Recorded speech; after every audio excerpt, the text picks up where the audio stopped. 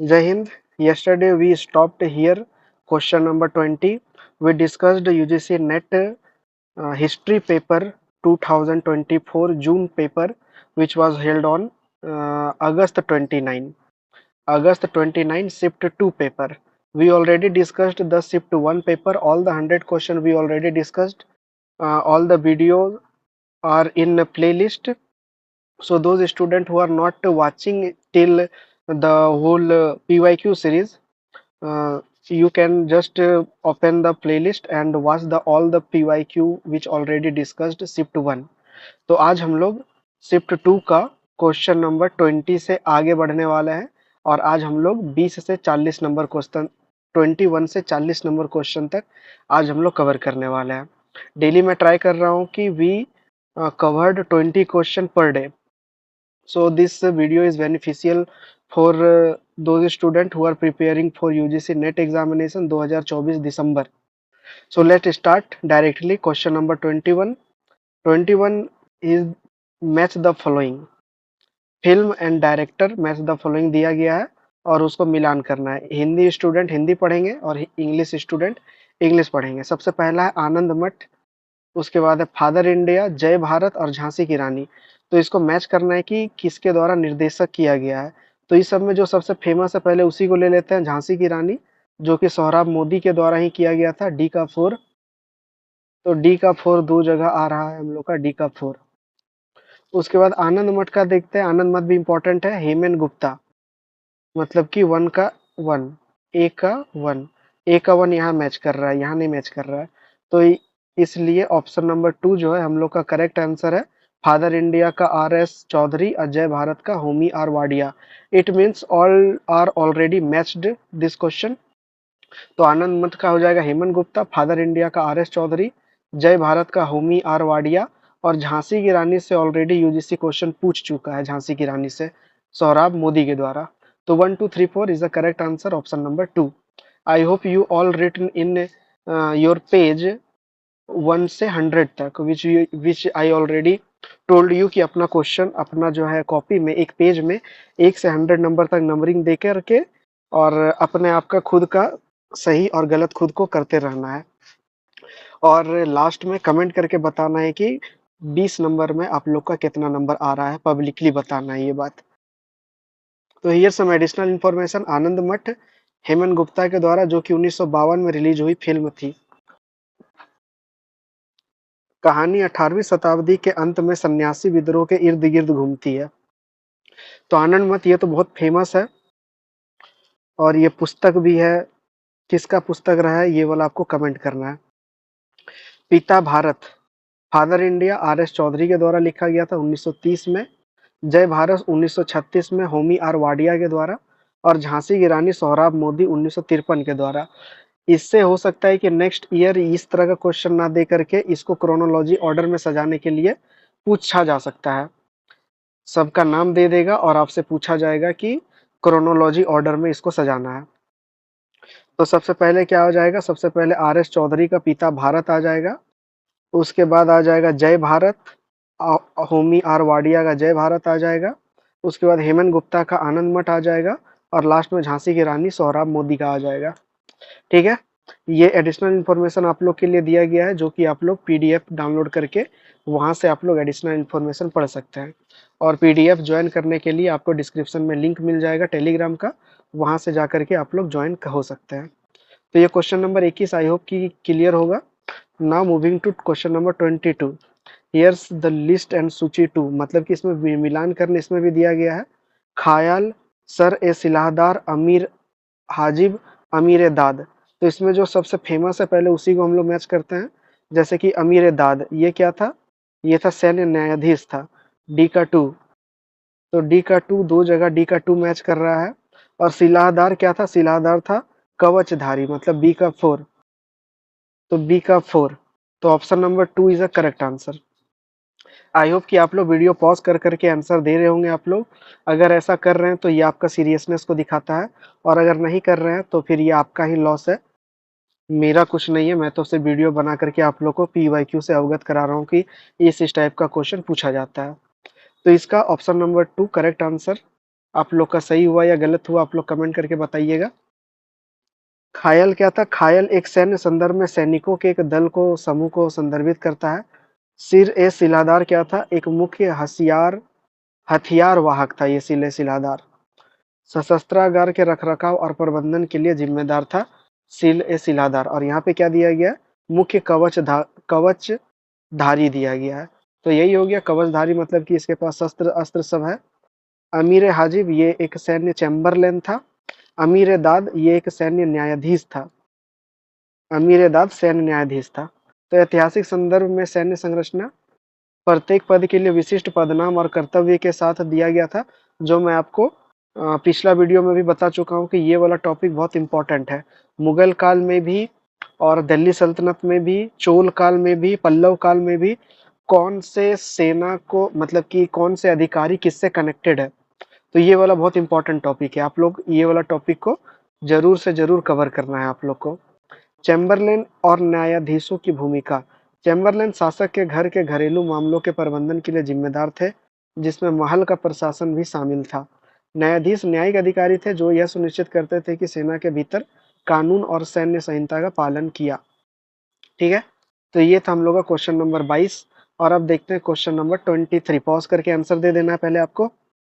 निम्नलिखित में से कौन सा 16वीं शताब्दी का इतिहासकार दिल्ली से पालम तक फैले अंतिम सैयद शासक अलाउद्दीन आलम शाह के शासन का वर्णन करता है? ये एक फैक्चुअल क्वेश्चन है, जिसमें कि बाबर तो आउट ऑफ कॉन्टेक्स्ट है। अहमद यादगार यही इसका आंसर है। खिद्र खां ये भी आउट ऑफ कॉन्टेक्स्ट है। इकबाल खान ये भी नहीं होगा। अहमद यादगार ये इसका करेक्ट आंसर है, जो कि दिल्ली से पालम तक का व्याख्या करता है अंतिम शासक अलाउद्दीन आलम शाह का। अहमद यादगार 16वीं सेंचुरी का इतिहासकार थे। वे अपने इतिहासकार काम के लिए जाने जाते हैं, जिसमें सैयद और लोदी राजवंशों का काल का दस्तावेजीकरण किया गया है अहमद यादगार के द्वारा। यादगार ने अलाउद्दीन आलम शाह के शासन की सीमा का वर्णन किया है, यह बताते हुए कि यह दिल्ली से पालम तक फैला हुआ था, मतलब कि बस मुट्ठी भर एरिया जो ही अब जो है दिल्ली सल्तनत के कब्जे में था। ये बाबर के बारे में दिया है, ये तो आउट ऑफ कॉन्टेक्स्ट है, ये तो मुगल बादशाह था। खिज्र खां सैयद डायनेस्टी का था। इकबाल खान ये भी आउट ऑफ कॉन्टेक्स्ट है। 24 नंबर क्वेश्चन, 24 नंबर भी मैच द फॉलोइंग है, बुक एंड ऑथर के बारे में दिया गया है। और ये वाला एरिया तो बहुत ही ज़्यादा इंपॉर्टेंट है। आप अपने पेपर में जहाँ भी मैं बता रहा हूँ कि आप लोग इंपॉर्टेंट टॉपिक को लिखते चलिए, वहाँ पे आप लोग एक और टॉपिक को ऐड कीजिए, जो कि है बुक एंड ऑथर, एंशिएंट का बुक एंड ऑथर, जिसमें कि ये सब बुक आता है और भी कई तरीके का बुक आता है, जिसमें कि बौद्ध लिटरेचर भी है, जैन लिटरेचर भी है, वैदिक लिटरेचर भी है, और कई प्रकार का विदेशी विवरण भी है। तो वो वाला जो टॉपिक है वो टॉपिक आप लोग का क्लियर होना चाहिए अच्छा से। ये वाला एरिया से बहुत बार क्वेश्चन ऑलरेडी यूजीसी पूछ चुका है। नीतिसार, नीतिसार तो फेमस रचना है कमंदक का, मतलब कि ए का 4 मैच करेगा, ए का 4 दो जगह मैच कर रहा है। नीति शास्त्र, नीति शास्त्र शुक्र की रचना है, मतलब बी का 3, तो बी का 3 और यहीं पे आंसर हम लोग का खत्म। वैसे हमीर महाकाव्य भी बहुत फेमस है, जो कि नैचंद्र सूरी के द्वारा रचना किया जाता है। और नीति वाक्य मृत ये किया जाता है सामदेव सूरी का। डी का 1, सी का 2, इसीलिए ऑप्शन नंबर 1 जो है इसका करेक्ट आंसर हो जाता है। और ये वाला टॉपिक निहायती इम्पोर्टेंट टॉपिक है, जिसमें कि बुक एंड ऑथर हर साल पूछा जाता है इससे।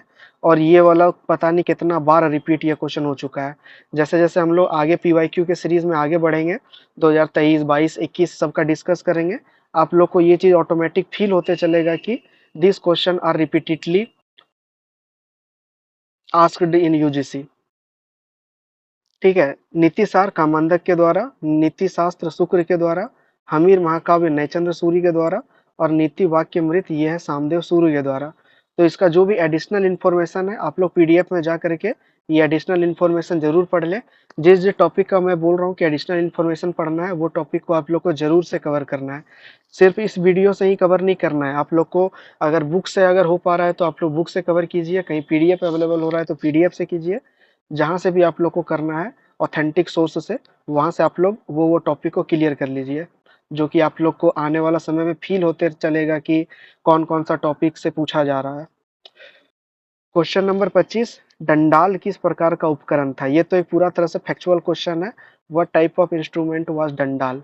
दराती, फावड़ा, पानी निकालने का उपकरण या हैरो। तो ये था हैरो।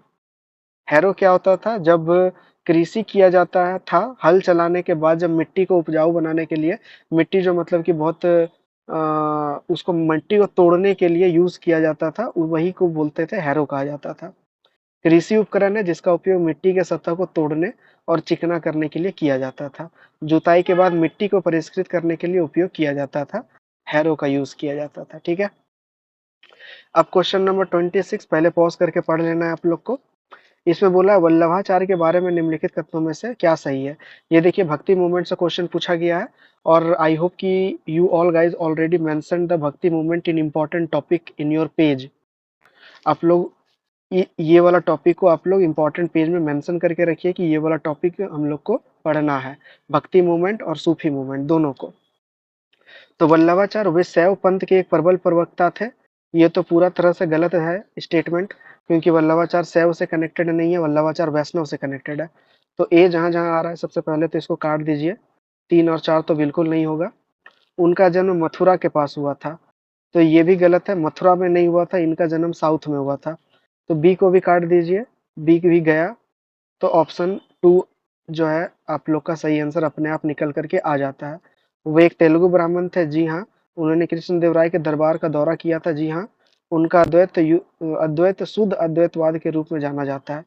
इससे भी स्पेशली क्वेश्चन बना है ये वाला स्पेसिफिकली, सिर्फ यही स्टेटमेंट दे करके।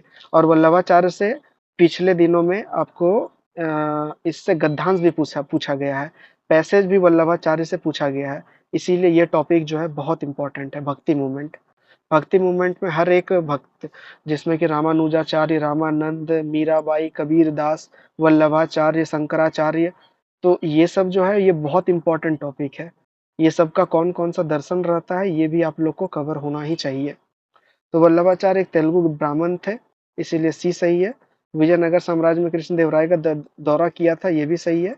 दार्शनिक शिक्षा अद्वैतवाद का शुद्ध अद्वैतवाद के रूप में जाना जाता है, ये भी सही है। लेकिन ये शैव संप्रदाय से जुड़े थे, ये बिल्कुल गलत है, क्योंकि ये वैष्णव संप्रदाय से जुड़े थे। और मथुरा में हुआ था, ये भी गलत है, क्योंकि इनका चंपारण में एक तेलुगु ब्राह्मण परिवार में इनका जन्म हुआ था। ठीक है, क्वेश्चन नंबर 27 की ओर बढ़ते हैं हम लोग। मिरात ए अहमदी ग्रंथ के अनुसार हुंडी के लिए फारसी शब्द क्या था। तो ये इसको आप लोग वो नहीं बोल सकते, ये अंडररेटेड क्वेश्चन है, लेकिन ये वेल नोन क्वेश्चन है। सुफ्ता, चलानी, मोहम्मदी, सराफी। तो ये जो हुंडी है, हुंडी सुफ्ता को कहा जाता है।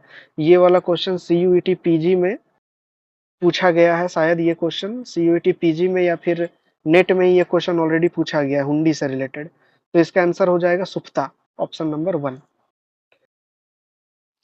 सुफ्ता मीरात अहमदी पाठ है। सुफ्ता शब्द का प्रयोग हुंडी के लिए किया जाता है।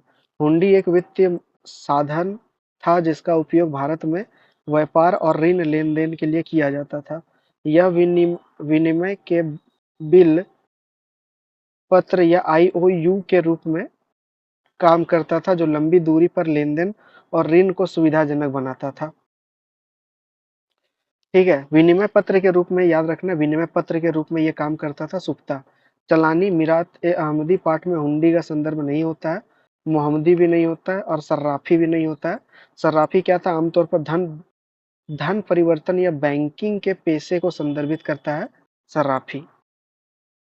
नेक्स्ट क्वेश्चन 28 नंबर क्वेश्चन, इत्मीनान से पढ़ना है, पॉज करके इत्मीनान से आप लोग पहले पढ़ लीजिए सब पूरा। हिंदी वाले हिंदी से पढ़ेंगे, इंग्लिश वाले इंग्लिश से पढ़ेंगे, और ये रहा आप लोग का ऑप्शन, इसमें से आप लोग को चूज करना है। तो आदिवासी विवाह अधिनियम 1872, सहमति की आयु अधिनियम 1891, इससे यूजीसी नेट ऑलरेडी क्वेश्चन पूछ चुका है, ईयर को मैच करने के लिए दिया गया था।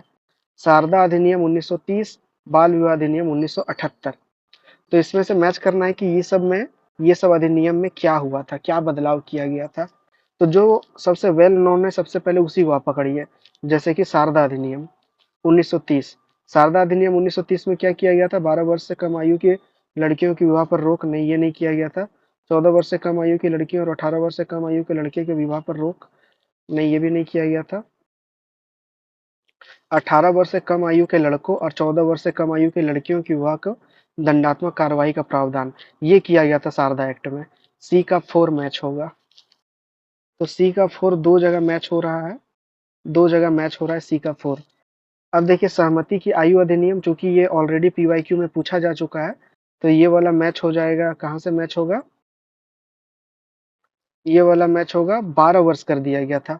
12 वर्ष से कम आयु की लड़कियों को विवाह पर रोक लगा दिया गया था 1891 में। तो बी का 1 मैच होगा, यहाँ पे बी का 1 मैच कर रहा है। तो option number 4 is the correct answer for this question. ठीक है, इसका ऑप्शन नंबर 4 इसका करेक्ट आंसर हो जाएगा। उसी प्रकार डी का क्या, बाल विवाह निरोध अधिनियम 1978, ये जो पारित हुआ था ये किया गया था 14, ये किया गया था 15 से बढ़ाकर 18 कर दिया था लड़की का उम्र, और लड़का का उम्र कर दिया गया था 18 से 21। डी का 3 मैच करेगा और ए का मैच कर जाएगा 2। ठीक है, तो ऑप्शन नंबर 4 इसका करेक्ट आंसर हो जाता है। तो ये बहुत हार्ड क्वेश्चन नहीं है, सिर्फ क्वेश्चन देखने में ये बड़ा लग रहा है, लेकिन ये क्वेश्चन है बहुत इजी क्वेश्चन है। आप लोग इसको आराम से सॉल्व कर सकते हैं, बहुत ज़्यादा दिक्कत वाला बात नहीं है। तो नेटिव मैरिज एक्ट 1872, इस अधिनियम ने 14 वर्ष से कम उम्र की लड़कियों और 18 वर्ष से कम उम्र के लड़के को शादी पर रोक लगा दिया था, नेटिव मैरिज एक्ट 1872 का। एज ऑफ कंसेंट एक्ट, जिसको कि आयु का सहमति अधिनियम 1891 कहा जाता है, इसमें लड़कियों का उम्र 12 वर्ष से कम नहीं होना चाहिए, ये कहा गया था। शारदा एक्ट 1930, इसमें क्या किया गया था, 18 वर्ष लड़का का आयु कर दिया था और 14 वर्ष कर दिया था लड़की का उम्र। और चाइल्ड मैरिज एक्ट 1978 में लड़की का उम्र 18 कर दिया और लड़का का 21 कर दिया। तो ये वाला याद होना चाहिए, इससे क्वेश्चन बनता है। आयु का सहमति अधिनियम से ऑलरेडी क्वेश्चन बन गया है, तो हो सकता है कि नेक्स्ट ईयर इससे सेम इसी में से किसी एक के बारे में पूछ लेगा, तो तभी आप लोग गोल ना हो जाएं, इसीलिए डिटेल से पढ़ना है। क्वेश्चन नंबर 29 बोल रहा है भारत विश्वविद्यालयों की इसकी स्थापना के कालक्रम व्यवस्थित कीजिए। ये वाला क्वेश्चन पेपर 1 में भी पूछा जा सकता है और पेपर 2 में भी पूछा जा सकता है, क्योंकि पेपर 1 में भी एक टॉपिक एजुकेशन, एक टॉपिक है, एक यूनिट है एजुकेशनल, तो वहां पर भी ये वाला पूछा जाता है। तो सबसे पहले देखिए, बॉम्बे, पंजाब, इलाहाबाद, पटना, दिल्ली, तो ये ऑलरेडी क्रोनोलॉजी में ही दिया गया है, बॉम्बे हुआ है, उसके बाद Punjab, Allahabad, Patna, Delhi, A B C D इसका करेक्ट आंसर है। ए बी सी डी ही इसका करेक्ट आंसर है, जिसमें से हम लोग इसका ये देखते हैं, बॉम्बे विश्वविद्यालय 1857, पंजाब विश्वविद्यालय 1882, इलाहाबाद विश्वविद्यालय 1887, पटना तो याद होगा 1917, और दिल्ली विश्वविद्यालय 1922। दिल्ली विश्वविद्यालय का मुझको याद है, पटना 1917 है। तो ये सब याद रखना है, क्योंकि इससे पेपर 1 में भी ऑलरेडी क्वेश्चन पूछा गया है, इससे ये वाला टॉपिक से ऑलरेडी क्वेश्चन पूछा गया है। ठीक है, तो सबका डेट के साथ याद रखना है, बॉम्बे 57, पंजाब 82, इलाहाबाद 87, ये तीन को 19th सेंचुरी में हुआ है, और पटना हुआ है, पटना और दिल्ली जो है ये हुआ है 20th सेंचुरी में हुआ है। अब देखिए क्वेश्चन नंबर 30, खुद से पहले पढ़ लेना है अच्छा से। निम्नलिखित घटनाओं को कालक्रम में सजाना है। टोंक के नवाब मोहम्मद अली खान को अपने बेटे के पक्ष में इस्तीफा देना पड़ा। बड़ोदरा के गायकवाड़ पर ब्रिटिश रेजिडेंट को जहर देने के प्रयास का आरोप लगाया गया था। कश्मीर के महाराजा पर एक ब्रिटिश रेजिडेंट थोपा गया। कश्मीर के महाराजा की रेजेंसी परिषद के पक्ष में इस्तीफा देने के लिए मजबूर किया गया। भारत सरकार ने मणिपुर के अशांत मामलों में हस्तक्षेप किया। तो ये थोड़ा सा टफ क्वेश्चन बन जाता है, और जो टफ क्वेश्चन रहता है वो सिर्फ आप लोग के लिए ही टफ नहीं रहता है, वो सभी स्टूडेंट के लिए ही टफ रहता है। इसीलिए बहुत ज़्यादा अगर टफ क्वेश्चन पूछ रहा है तो उसमें भी डरने का ज़रूरत नहीं है। हालांकि ये वाला सिनेरियो में 30 नंबर का जो सिनेरियो है, इसमें ऑलरेडी ये मैच्ड है, ए बी सी डी ही ई ही इसका आंसर होगा। और एक चीज़ आप लोग ध्यान रखेंगे कि यदि इस तरह का क्वेश्चन पूछ रहा है जो कि बहुत ज़्यादा टफ है और आप लोग को कोई आइडिया नहीं लग पा रहा है कि क्या होगा, तो उस कंडीशन में आप लोग ये सोच के चलिएगा कि ये ऑलरेडी मैच्ड ही है। मैं ये नहीं बोल रहा हूँ कि ये 100% वर्क करता है, लेकिन ये मोस्ट ऑफ टाइम यही होता है। अगर आप लोग को मैच द फॉलोइंग में बिल्कुल भी समझ नहीं आ रहा है कि क्या क्या होगा, तो फिर आप लोग 1 2 3 4 ही मार करके आप लोग आगे बढ़ सकते हैं, क्योंकि अधिकतर समय मैंने देखा है कि अधिकतर समय वही आंसर होता है, ऑलरेडी मैच्ड रहता है। तो इसीलिए यहाँ पे ए बी सी डी ई जो है क्रोनोलॉजी ऑर्डर में ऑलरेडी दिया गया है, जिसमें कि टोंक के नवाब मोहम्मद अली खान को अपने बेटे के पक्ष में इस्तीफा देना 1867 में किया था। बड़ोदरा के गायकवाड़ पर ब्रिटिश रेजिडेंट को जहर देने के प्रयास किया गया था 1875 में। कश्मीर के महाराजा पर ब्रिटिश रेजिडेंट थोपा गया 1885 में। कश्मीर के महाराजा की रेजेंसी परिषद के पक्ष में इस्तीफा देने के लिए मजबूर किया गया 1889 में। और भारत सरकार ने मणिपुर के अशांत मामलों में हस्तक्षेप किया 1891 में। तो ये वाला आप लोग कॉपी में जो जो बहुत ज़्यादा टफ रहता है ये सब आप लोग अपना कॉपी में क्रोनोलॉजी ऑर्डर को लिख करके रखिए, ताकि एक ही बार में देखे तो रिकॉल हो जाए। अब देखिए क्वेश्चन नंबर 31 बोल रहा है, who wrote the thesis title the problem of रूपी। The problem of the rupee शीर्षक के थीसिस किसने लिखा था? ये तो एक बहुत ही फेमस है भीमराव अंबेडकर का। भीमराव अंबेडकर का बहुत फेमस थीसिस है जो कि लंदन विश्वविद्यालय के लिए ये इसने भीमराव अंबेडकर ने लिखा था। तो भीमराव अंबेडकर का बहुत सारा पुस्तक है, आप लोग को भीमराव अंबेडकर का पुस्तक के बारे में लिख करके उसका क्रोनोलॉजी भी सजाने के लिए दिया जा सकता है कि कौन सा पुस्तक कब पब्लिश किया गया था, ठीक है। तो उस तरह का क्वेश्चन के लिए भी आप लोग को रेडी रहना है। तो ये जो क्वेश्चन है the problem of the rupee, ये 1923 में लंदन में जो है शीर्षक के रूप में पेश किया गया था। यह थीसिस बाद में इसी शीर्षक से एक पुस्तक के रूप में प्रकाशित हुई और इसे भारतीय मुद्रा और वित्त पर एक महत्वपूर्ण कार्य माना जाता है। ये ऑलरेडी पूछा गया क्वेश्चन है, क्योंकि अपनी थीसिस में अंबेडकर ने ब्रिटिश भारत की मौद्रिक नीति का विश्लेषण किया है और एक केंद्रीय बैंकिंग संस्थान की स्थापना का प्रस्ताव रखा, जिसने बाद में भारतीय रिजर्व बैंक के निर्माण का प्रभावित किया, ठीक है। महात्मा गांधी के बारे में एडिशनल दिया है, जिन्ना के बारे में, तेज बहादुर सप्रू, तो सबके बारे में here some extra information for you, you all guys read in the PDF which provided you in the telegram. So next 32 number question, arrange the following in a chronological order. Vernaculars press act to control sedition, vernacular press. तो vernaculars कब act पारित हुआ था? ये हुआ था 1878 में। ये तो ऑल नोन है, ये वाला 1878, कोई दिक्कत नहीं है। एज ऑफ कंसेंट एक्ट, ये देखिए यहाँ पे फिर से ये क्वेश्चन पूछ लिया है एज ऑफ कंसेंट एक्ट के बारे में। एज ऑफ कंसेंट एक्ट 1891 के बारे में फिर से क्वेश्चन पूछा है। इंडियन काउंसिल एक्ट जो कि होता है 1892 का। मार्लेमेंटो ये होता है 1909 का। और पार्टीशन ऑफ बंगाल एंड वर्ल्ड रद्द कब किया गया था? ये किया गया था 1911 को। तो मतलब कि सबसे पहले ए 78, 91, 92, मतलब कि ये भी क्रोनोलॉजी ऑर्डर में सजा हुआ है already. A B C D E E ही इसका सही आंसर है, ऑप्शन नंबर 1। तो वर्नाकुलर प्रेस एक्ट 1878 जो कि देसी प्रेस को रोकता है। भारतीय परिषद अधिनियम 1892 में किया गया था और सहमति आयु अधिनियम 1891 में किया गया था। ओ हाँ, यहाँ पे थोड़ा सा मिस हुआ है, मैंने थोड़ा सा उल्टा बता दिया। एक सेकेंड, जस्ट अ सेकेंड, एक बार फिर से इसको क्रोनोलॉजी सजाने का जरूरत है। Vernacular press act 1878, age of consent 1891 में होगा, ठीक है। Age of consent 1891, India council act ये होगा 1892 में, ये वाला होगा। और मार्लेमेंटो रिफॉर्म ये 1909 में। और पार्टीशन ऑफ बंगाल ये 1911, ठीक तो है। 1878, 1891, Indian council 92, A B C D E, A B C D E ही होगा।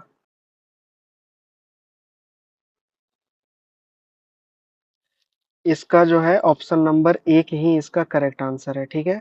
ऑप्शन नंबर 1, सहमति आयु अधिनियम हुआ था 1891 में और भारतीय परिषद अधिनियम ये आया था 1892 में आया था, इसीलिए इसका ऑप्शन नंबर 1 जो है करेक्ट आंसर हो जाता है। तो यहाँ पे देखिए 1878 वर्नाकुलर प्रेस एक्ट, 92 में भारतीय परिषद अधिनियम, सहमति आयु अधिनियम 1891, मार्लो मिंटो 1909 जिस जो कि बहुत इंपॉर्टेंट है, बहुत बार पूछा है इससे क्वेश्चन। बंगाल विभाजन रद्द होता है 1911 में और लगता कब है? 1905 में लगता है, कर्जन करता है बंगाल विभाजन को। लेकिन यहाँ पे जो है, यहाँ पे गलत मैच किया गया है, ए सी बी डी ई दिया हुआ है, जबकि इसका होगा ए बी सी डी ई होगा इसका आंसर, ठीक है। इसको ध्यान देना है। अब देखिए क्वेश्चन नंबर 33 क्या बोलता है, निम्नलिखित में से कौन आजीविका संप्रदाय के शिक्षक थे? तो आजीविका संप्रदाय के शिक्षक कौन थे ये बताना है।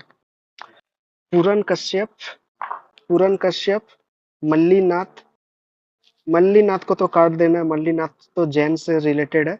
पकुदा कात्यायन, नेमीनाथ, नेमीनाथ को भी काट देना है, ये भी जैन से रिलेटेड है। और गौसला मस्कारी पुत्र, माखली शरण गौतमी, माखली गुप्त, गौसला मस्कारी पुत्र। तो ये जो है, ये तो इम्पोर्टेंट पर्सन है आजीविका के लिए। ई नंबर तो कंफर्म होगा और ई सब में है, ठीक है, ई तो सब में है। मल्लीनाथ को काटना है, बी को काटिए तो एक बार, बी कटेगा, बी कटेगा और बी कटेगा। तो ऑप्शन नंबर 2 जो है इसका सही आंसर है। ए सी ई, सीधा मिल रहा है हम लोग को मल्लीनाथ अगर काट देते हैं तो, क्योंकि मल्लीनाथ जो है वो जैन से संबंधित है। मल्लीनाथ 19वें तीर्थंकर थे जैन के, और नेमिनाथ ये 22वें तीर्थंकर थे जैन के, 22वें तीर्थंकर। तो आजीविका संप्रदाय एक प्राचीन भारतीय धार्मिक आंदोलन था जो बौद्ध धर्म और जैन धर्म के समकालीन था। इसकी स्थापना माखली गोसाल, जिन्होंने गोसाल मस्कारी पुत्र के रूप में भी जाना जाता है, माखली गोसाल, आजीविका संप्रदाय के शिक्षक पुराण कश्यप, वह एक प्राचीन भारतीय शिक्षक थे जिन्हें अक्सर आजीविका संप्रदाय से जोड़ा जाता है। फकुदा कात्यायन, कात्यायन से रिलेटेड ऑलरेडी क्वेश्चन पूछा जा चुका है, हम लोग डिस्कस कर चुके हैं कात्यायन से रिलेटेड क्वेश्चन, आजीविका संप्रदाय से ही वो जुड़े हुए थे। ठीक है, तो ये हम लोग का क्वेश्चन नंबर 33। आई होप कि 33 तक आप लोग को कोई प्रॉब्लम नहीं हुआ होगा। और अगर वीडियो आप लोग को पसंद आ रहा है, यहाँ तक अभी तक आप कंटिन्यू है वीडियो में, तो फीडबैक अपना ज़रूर दीजिएगा कि वीडियो पसंद आ रहा है कि नहीं आ रहा है।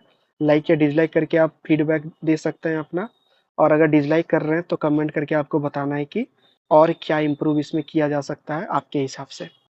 ठीक है, फीडबैक जरूर देना है। एजुकेशनल चैनल पे आप लोग को फीडबैक, सिर्फ मेरे ही चैनल पे नहीं, आप जहाँ भी एजुकेशनल कंटेंट आप देखते हैं उसको आपको कमेंट करना है, ताकि और उसमें इम्प्रूवमेंट लाया जा सके। तो क्वेश्चन नंबर 34, कालक्रम में सजाना है चालुक्य, विक्रम संवत, गुप्त युग, कलचुरी चेदी युग, अकोल्लम और विक्रम संवत। तो मतलब संवत को जो है ये सजाना है, तो ये सब में सबसे पहले क्या आ जाएगा, सबसे पहले विक्रम संवत आएगा, तो ई आएगा सबसे पहले। ई तो सब में दिया गया है ई, तो ई से हम लोग का काम नहीं बनेगा। एक बार सबसे एंड हम लोग देखते हैं किससे, किस में एंड होना चाहिए। गुप्त के बाद चालुक्य आया है, कोल्लम के बाद गुप्त, कलचुरी के बाद गुप्त, तो लास्ट में ए आना चाहिए, चालुक्य क्योंकि सबसे लास्ट में आया, तो ए भी दो जगह दिया गया है। तो हम लोग कोई और तरकीब लगाते हैं इसको सॉल्व करने का। विक्रम के बाद, विक्रम के बाद कोल्लम, कलचुरी, तो विक्रम के बाद कलचुरी राजवंश आया था।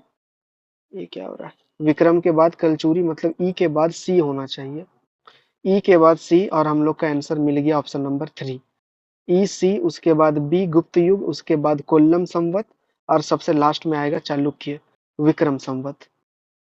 ठीक है, तो ऑप्शन नंबर 3 जो है इसका करेक्ट आंसर हो जाता है क्वेश्चन नंबर 34 का, E C B D A, E C B D A. ठीक है, ऑप्शन नंबर 3। तो यहाँ देखते हैं विक्रम संवत 58 बीसी का, बीसी में कलचुरी जो चेदी संवत है ये हुआ था 248 249 ईस्वी एडी में, गुप्त संवत 320 एडी, कोल्लम संवत या 825 एडी, कोल्लम की स्थापना से जुड़ा है और केरल के क्षेत्र इतिहास में महत्वपूर्ण है। तो ये कोल्लम जो है ये केरला से रिलेटेड है। और चालुक्य ये तो बहुत इंपॉर्टेंट है, 1076 एडी, चालुक्य राजा विक्रमादित्य छठे द्वारा ये शुरू किया गया था। ठीक है, ये कुछ एडिशनल इन्फॉर्मेशन, ये सारा संवत के बारे में आप लोग के लिए, आप लोग इसको पीडीएफ में जा करके पढ़ सकते हैं।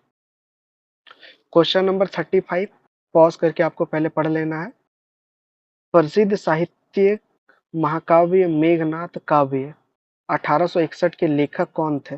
इस महाकाव्य में रामायण की कहानी को इस तरह से फिर से बताया गया कि पारंपरिक नायक राम और लक्ष्मण को कमजोर, घुटने वाले, निष्क्रिय, आक्रामक, स्त्रीवादी खलनायक और राक्षस रावण, और उसके पुत्र मेघनाथ को महान पुरुषवादी आधुनिक नायक में बदल दिया गया। मतलब कि ये जो मेघनाथ काव्य है इसमें रामायण का कहानी को ही उल्टा कर दिया गया है। तो ये किसके द्वारा लिखा गया, मेनली क्वेश्चन यही है। वीरसालिंगम, विष्णु शास्त्री चिपलुनकर, काशी प्रसाद, माइकल मधुसूदन दत्त। तो इसका सही आंसर होगा मधुसूदन दत्त के द्वारा जो है मेघनाथ काव्य लिखा गया था 1861 में। और ये हो सकता है कि नेक्स्ट ईयर में मैच द फॉलोइंग में ये वाला क्वेश्चन आप लोग का बन जाए, तो वहां पे ध्यान देना है। तो माइकल मधुसूदन दास 19वीं सेंचुरी के एक प्रमुख बंगाली कवि और नाटककार थे, जिसने कि मेघनाथ वध काव्य 1861 के लिए जाने जाते हैं, जो रामायण पर आधारित एक दुखद महाकाव्य है। दत्त द्वारा रामायण का पुनर्कथन राम और लक्ष्मण को कमजोर, निष्क्रिय, आक्रामक खलनायक के रूप में चित्रित किया गया है।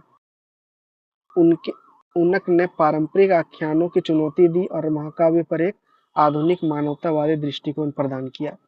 और यहाँ पे सम एडिशनल इंफॉर्मेशन जो ऑप्शन में जो दिया गया है उन सब के बारे में एडिशनल इंफॉर्मेशन है जो कि आप पढ़ सकते हैं।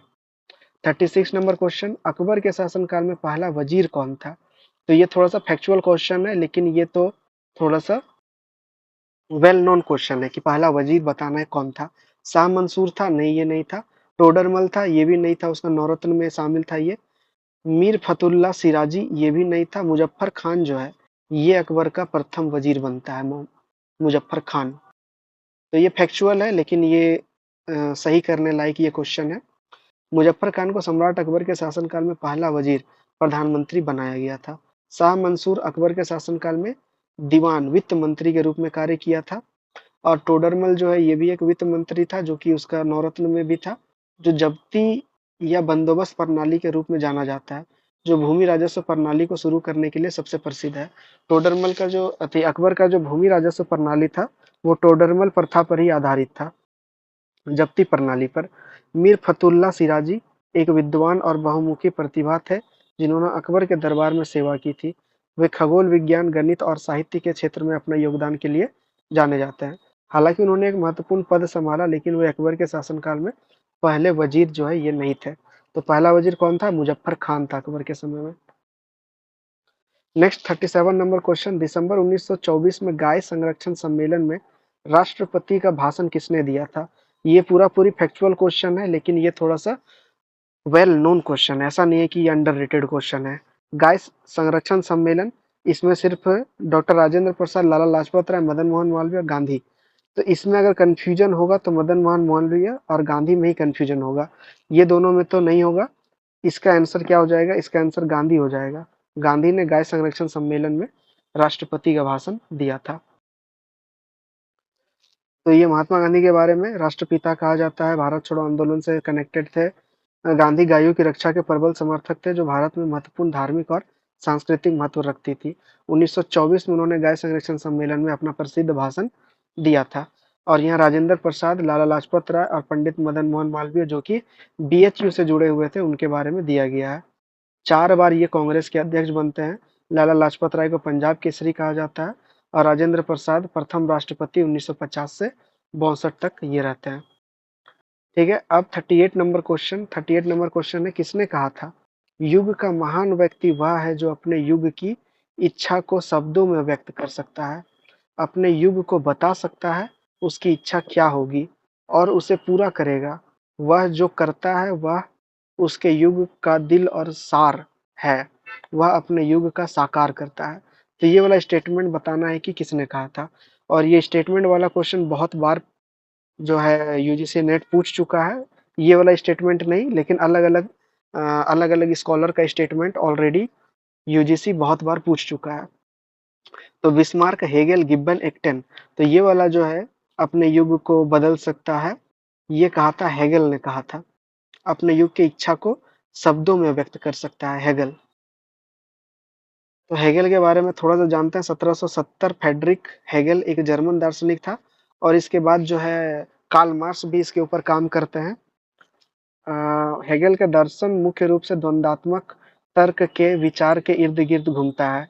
इससे रिलेटेड मैंने एक बहुत डिटेल्ड में आप लोग को, जब मैं ग्रेजुएशन का वीडियो बना रहा था तो वहाँ पे मार्क्सवादी जब मैं पढ़ाया था तो वहाँ पे हेगेल के बारे में अच्छा से चर्चा मैंने आपके लिए किया है। अगर आप चाहें तो प्लेलिस्ट में जा करके कम्युनिज्म, साम्यवाद के बारे में पढ़ सकते हैं, और उसके अलावा कार्ल मार्क्स के बारे में भी पढ़ सकते हैं। वहाँ पे आपको द्वंद्वात्मक भौतिकवाद के बारे में पता चलेगा। ये एक पूरा का पूरा थीसिस है, पूरा का पूरा थियोरी है ये। बिस्मार्क जो कि लौह पुरुष है, इसके बारे में आप लोग पढ़ सकते हैं। आयरन चांसलर कहा जाता है। गिब्बन एक अंग्रेजी इतिहासकार थे जिन्हें उनके काम the history of the decline and fall of the Roman empire, ये वाला स्टेटमेंट से ऑलरेडी क्वेश्चन यूजीसी पूछ चुका है गिब्बन से रिलेटेड, कि ये जो है किसने लिखा है, the history of the decline of the Roman empire and fall of the Roman empire, ये है गिब्बन का। और एक्टन, जिन्हें लॉर्ड एक्टन के रूप में भी जाना जाता है, एक ब्रिटिश इतिहासकार और नैतिकवादी थे। और इसका ये कथन था कि जिसके पास पावर होता है वो भ्रष्ट हो जाता है, और जिसके पास ज्यादा पावर हो जाता है वो ज्यादा भ्रष्ट हो जाता है। ये कथन था एक्टन का। 39 नंबर क्वेश्चन, कलकत्ता में फोर्ट विलियम कॉलेज, जहां कंपनी के सिविल सेवकों को भारत के साहित्य, विज्ञान और भाषाओं में प्रशिक्षण दिया जाना था, को कोर्ट ऑफ डायरेक्टर का पक्ष नहीं मिला और इसे केवल बंगाल सिविल सेवकों के लिए एक भाषा स्कूल के रूप में जारी रखा गया। निम्नलिखित में से किस वर्ष इसे हमेशा के लिए बंद कर दिया गया? तो इसको कब बंद कर दिया गया था फोर्ट विलियम को? 53 में नहीं, 54 में, हाँ 54 में इसको बंद कर दिया गया था। और इसको स्टेब्लिश कब किया गया था? 1800 में किया था, लॉर्ड वेलेस्ली के द्वारा इसको किया गया था 1800 में, और 1854 में इसको बंद कर दिया गया। क्वेश्चन नंबर 40, जो कि आज का लास्ट क्वेश्चन है, वीडियो को पॉज करके आप लोग इसको पहले अच्छा से पढ़ लीजिए, उसके बाद आप लोग को जवाब देना है इसका क्या आंसर होगा। फारसी में इतिहास लेखन की शुरुआती इस्लामी दुनिया की पूर्वी भूमि में अरब भाषी बुद्धिजीवियों के उदय से हुई थी।